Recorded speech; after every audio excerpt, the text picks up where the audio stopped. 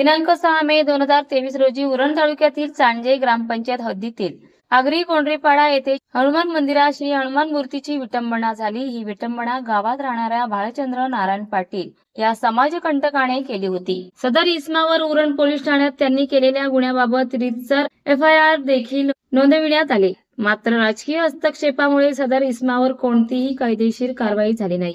सदर इसमावर कठोरात कठोर कारवाई व्हायला पाहिजे होती, मात्र प्रत्यक्षात तसे झाले नाही। त्यामुळे संतप्त ग्रामस्थांनी मतदानाच्या दिवशीच म्हणजेच 13 मे 2024 रोजी मतदानावरच जाहीर बहिष्कार घातला। याबाबत सदर सर्व ग्रामस्थ हनुमान मंदिरात एकत्र आले होते। घडलेल्या घटनाबाबत सदर आरोपींवर कोणतीही कठोर कायदेशीर कारवाई झालेली नाही। जर आरोपीवर कारवाई झाली नाही तर लोकसभा निवडणुकीवर जसे बहिष्कार टाकले तसेच बहिष्कार विधानसभेच्या निवडणुकीवरही घालण्यात येणार आहे, असे मत आगरी कोंढरीपाडा ग्रामस्थ मंडळाचे सचिव कृष्णा पाटील यांनी दिली। तर उपाध्यक्ष धनेश म्हात्रे यांनीही याबाबत आक्रमक भूमिका घेत जोपर्यंत ग्रामस्थांना न्याय मिळत नाही, ग्रामस्थांच्या मागण्या पूर्ण होत नाही, तोपर्यंत हा लढा असा सुरू राहणार असल्याचे सांगितले।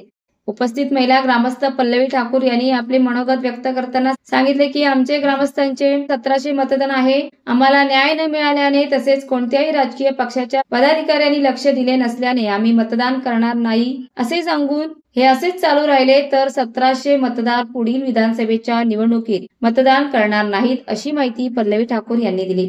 सदर बहिष्कार बाबत गावातील सर्व ग्रामस्थ आगरी कोंढरीपाडा येथील श्री हनुमान मंदिरात एकत्र आले होते। यावेळी सर्वांनी एकमुखी निर्णय घेत मतदानावर बहिष्कार घातला आहे।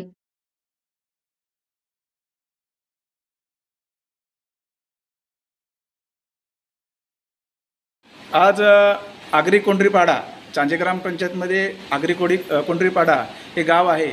इथे आपण सर्व ग्रामस्थ हनुमान मंदिरात जमलेले आहेत। आपण इथे नेमके कशासाठी जमले आहेत आणि कारण काय या पाठीमागचं? या पाठीमागचं कारण आहे की 6 मे 2023 रोजी आमच्या हनुमंताचा डोला काढला होता एका समाजकंटकाने। तर त्याला न्याय भेटलाय ना, अजून 1 वर्ष पूर्ण झाला आहे। म्हणून सर्व ग्रामस्थांनी त्याच्या दुसऱ्या दिवशी 7 मे 2023 रोजी ठराव घेतला होता की येणाऱ्या कुठल्याही इलेक्शनला बहिष्कार टाकायचा म्हणून। तर यो मुद्दा आम्ही वर्षभर पुढाऱ्यांकडे हिंडलो, पोलीस स्थानिक प्रशासनाकडे हिंडलो, पण ते काय आम्हाला होय तसा रिस्पॉन्सिबिलिटी दिली, म्हणजे आम्हाला हे दिलं नाही, उत्तर दिलं नाही। तर त्यामुळं सर्व ग्रामस्थांनी ठरवून आज इथं मंदिरामध्ये आमच्या इथं 1700 मतदार आहे। 1700 मतदारामधून म्हणजे मोजकत हाताच्या बोटावर मोजण्या इतके लोक फक्त मतदानाला गेले असतील, ती पण शाश्वती नाही। तर यो एक मुद्दा आहे आमचा की जेणेकरून समाजकंटकाला लवकरात लवकर शासन व्हावा किंवा सजा व्हावी अशी आमची। आणि अजून एक मुद्दा असा आहे, आज आम्ही खासदारकीला बहिष्कार टाकला आहे, आमदारकीला पण बहिष्कार टाकायला आमची तयारी आहे, जर आमच्या देवाला जर न्याय भेटत नसेल तर।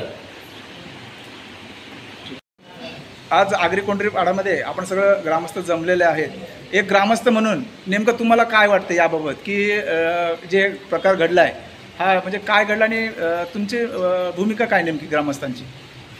माझं नाव पल्लवी ठाकूर, मी करंजा कोंढरीपाडा येथे राहते। गेल्या वर्षी 6 मे 2023 रोजी आमच्या देवाचा डोळा काढला। त्यासाठी आम्ही वरपर्यंत बरेच ठिकाणी प्रयत्न केले का आम्हाला न्याय मिळावा म्हणून, तर आम्हाला अजिबात कोणीच न्याय दिला नाही। म्हणून आम्ही हा इलेक्शनला बहिष्कार टाकलेला आहे। आणि याच्यापुढे आम्हाला न्याय नाही मिळाला तर आम्ही याच्यापुढे अजून पुढच्या इलेक्शनला पण बहिष्कार टाकायचं ठरवलेलं आहे। पूर्ण गावकीत आमच्या गावाचं अख्खा मतदान 1700 मतदान आहे। हाताच्या बोटावर मोजण्यावेळीच लोक गेलीत फक्त आतापर्यंत मतदान करायला। जर आम्हाला याच्यापुढे जर काही न्याय मिळाला नाही तर आम्ही याच्या पुढचं पण मतदान करणार नाही। आत्तापर्यंत कोणी असं राजकीय नेता किंवा असं आमदार खासदार वगैरे असे कोणी भेट दिली का, कोणी आश्वासन दिलं का तुम्हाला? कोणीच नाही दिला, कोणीच नाही दिलं। ठीक आहे, मग आता याच पुढची पाठी म्हणजे समजा आता हा प्रश्न सुटत नाही लवकर तर पुढची भूमिका काय असणार आहे तुमची? आता आमची गावकी मिळून सर्व ठरवणार आणि याच्या पुढच्या इलेक्शनला पण असंच जर काय नाही कोणी सहकार्य केलं तर आम्ही याच्या पुढे पण बहिष्कार टाकायचा निर्णय घेऊ। माझं नाव धनेश म्हात्रे, गावकीचा उपाध्यक्ष आहे। की हा जो बहिष्कार टाकण्यामागचं कारण एकच आहे की आम्हाला न्याय नाही मिळाला। आम्हाला म्हणजे आमच्या ग्रामदेवतेला न्याय नाही मिळाला। आम्हालाही वाटते की लोकशाही आपला एक उत्सव आहे, तो साजरा करावा, पण हा उत्सव ज्याच्यासाठी का साजरा करतो, ज्या भगवंतासाठी साजरा करतो, त्या भगवंताला आम्हाला वर्षभर आम्हाला न्याय नाही मिळाला। आम्ही प्रत्येक ठिकाणी आम्ही शासनाकडे गेलो, प्रशासनाकडे, सगळ्यांकडे गेलो, पण कुणीही आम्हाला हेल्प केलेली नाही। त्याच्यामुळे गावामध्ये हा उद्रेक वाढत चालला की गावची कमिटी काय करते की नाही का देवाला न्याय नाही भेटत, 1 वर्ष गेला आणि त्या न्यायाला कोण अडवते? एवढी लोक कोणामध्ये एवढी पावर आहे की देवाला न्याय देण्यासाठी शासन अडवते ती पावर आम्हाला बघायची, कारण भगवंताची पावर आहे, भगवंत वापरेल, पण ती पावर कोण आहे आम्हाला बघायचं आहे. म्हणून आम्ही असं ठरवलं की आपल्याकडे एक पावर आहे की जी मतदानाची पावर आहे, की एका मताने सुद्धा आपल्या सरकार पडू शकते, बदलू शकते. म्हणून ती पावर आपण वापरूया आणि ती पावर वापरण्यासाठीच हा बहिष्काराचा एक ठरवलं, सर्व कमिटीने ठरवलं का आणि त्याचे ठरवलं की आपण बहिष्कार टाकायचा. पण त्याच्यासाठी सुद्धा आम्ही सगळ्यांना सांगितलेलं की शासनाला सांगितलं, प्रशासनाला सांगितलेलं की आम्ही असं करणार आहोत. या दरम्यानमध्ये जर तुम्ही आम्हाला न्याय मिळवण्यासाठी जर काही प्रयत्न करत असाल तर तुम्ही या, आम्ही तुम्हाला त्यासाठी हेल्प सुद्धा करू.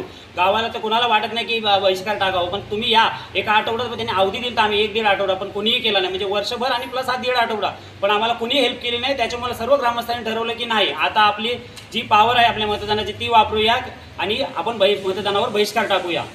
पुढची भूमिका काय असणार आहे? पुढची भूमिका हीच असणार आहे की आम्ही येणारे प्रत्येक इलेक्शनवर बहिष्कार टाकू आणि त्याचं कारण हेच असणार आहे की देवाला न्याय द्या. देवाला न्याय उद्या भेटला तर आमचं सर्व भूमिका चेंज होतील. जोपर्यंत देवाला न्याय नाही भेटत ना तोपर्यंत आमच्या भूमिका चेंज होणार नाही.